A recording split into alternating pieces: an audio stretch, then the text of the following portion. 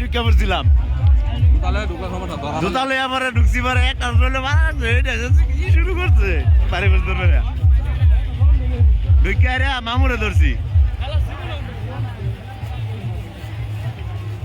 জুতাটি ধর এটা ধর মোবাইলটি ধর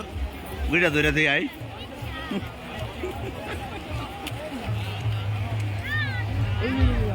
এবার লোক তো নাই এই রুট পার করবো আর কি এখন এই কাছায় এই রুট